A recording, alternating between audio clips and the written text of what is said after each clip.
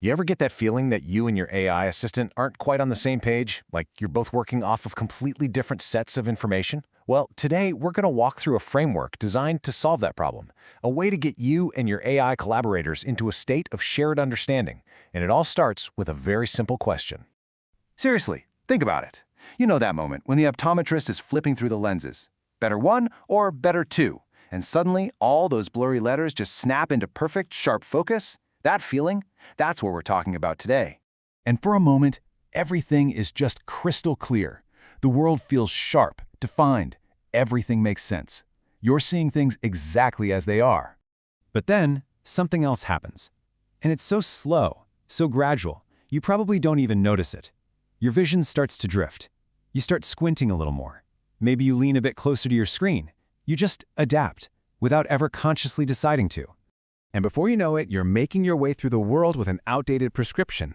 You're making choices, important choices, based on a fuzzy picture of reality, and you don't even realize it's happening. That's the exact problem we run into when we work with AI. So yeah, let's give this a name, the blurry picture problem. It's this invisible, creeping gap between what you know about the world and what your AI knows. It's a problem of shared context, of what's called epistemic grounding. And here's why that grounding starts to crack. You are constantly learning. You're reading, you're watching things, you're talking to people. Your mental model of the world is updated, daily. Your AI, on the other hand, is basically working with a snapshot from the past. So if you're an analyst and you just read a crucial new industry report, your AI, still working off last month's data, might suggest something that's now a terrible idea. You're simply not reasoning from the same set of facts anymore. Okay, so how do we fix this? How do we get rid of that blurriness? Well, what if, instead of that once-a-year eye exam, your glasses had a prescription that just updated itself automatically, constantly keeping your vision perfectly in focus? And that is the core idea behind the curated intelligence layer. It's the shared, living knowledge base that sits right between you and your AI. It makes sure you're both always looking at the world through the same perfectly sharp lens. It's those self-updating glasses, but for your shared mind. And what's really cool is how the value of this system matures over time. It starts with just shared grounding, getting you both on the same page. Then it becomes a kind of augmented recall, like a perfect memory of everything you've ever thought was important. But eventually, it gets to this third stage, emergent pattern recognition. It starts connecting dots in ways you hadn't, becoming less of a tool and more of a genuine thought partner. Now, I know what some of you are probably thinking. Okay, so this is just a fancy search tool, right? A knowledge base. And the answer is no, actually. It's something different. It works on a much deeper level. Think about it like this. Something like retrieval augmented generation, or RAG, is additive. You're just handing the model a new fact to consider. The curated intelligence layer, though, is multiplicative. It's not just adding one new piece of information. It's changing how the model reasons about all the information it already has.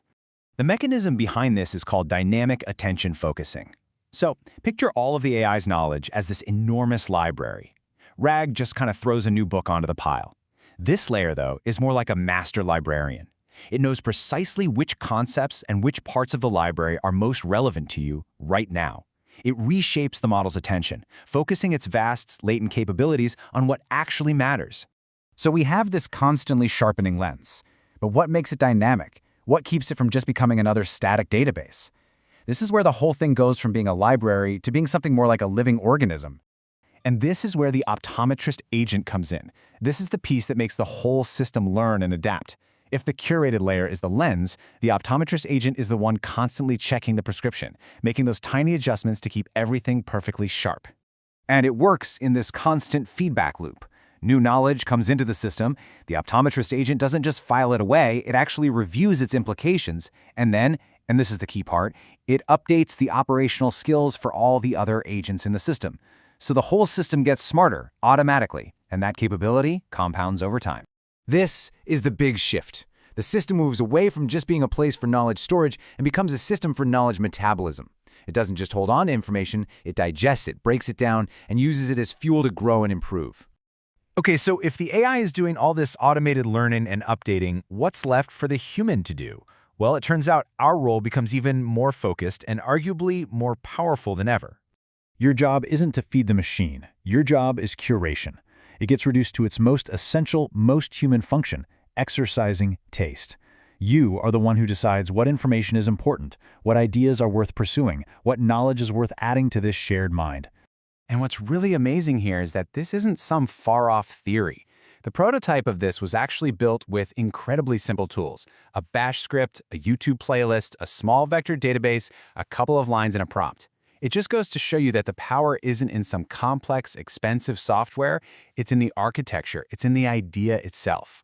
And that idea, that core human act of curation, of exercising taste, it's so fundamental to this whole concept that it's actually baked right into the name of the company behind it, Sapient. The word sapient comes from the Latin word sapere, which literally means to taste. So their vision statement is Sapere Aude, dare to taste, dare to know. It's a pretty powerful reminder that in this new era, maybe our most critical job is to be discerning, to exercise that uniquely human judgment. But, of course, with that power comes a huge responsibility. There's a quiet but pretty serious warning in the source material here.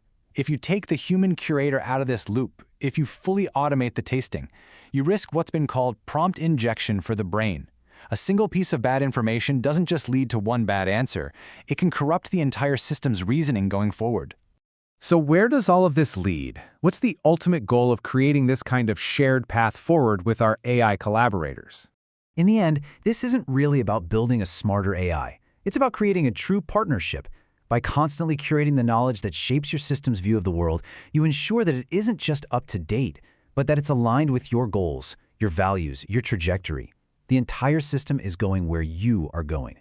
And that's how we build a future where we can all see the world a little more clearly together.